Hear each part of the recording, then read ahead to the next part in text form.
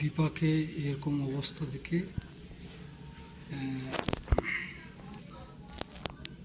সূর্যর এরকম অবস্থা দেখে দীপা খুব ভয়ভীত হয়ে তখন চিন্তা করছে কেন আমাকে চিনতে পারছে না।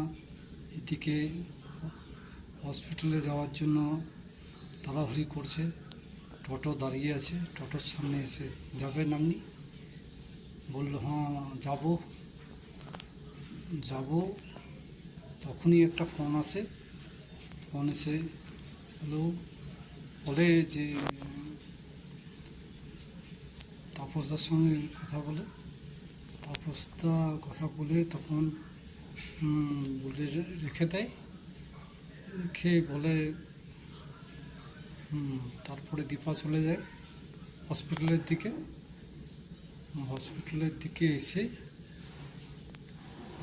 এদিকে তাপসদা চিন্তিত যে দীপার গলাটা কেমন ভার লাগছে। এদিকে দীপকদা তাপসদা তখন গাড়ির মধ্যে চেপে চলে গেল চিন্তাতে যে দীপার এরকম লাগছে কেন, চিন্তিত। এদিকে দীপকদা চেপে আছে মারুতি ভ্যানে।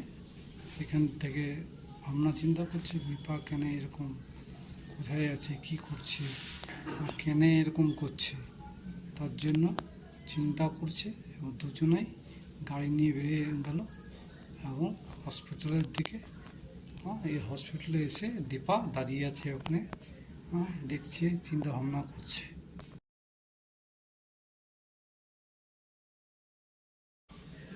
বলে তারপরে দীপা চলে যায় হসপিটালের দিকে এসে এদিকে তাপসদা চিন্তিত যে দীপার গলাটা কেমন ভার লাগছে। এদিকে দীপকদা তাপসদা তখন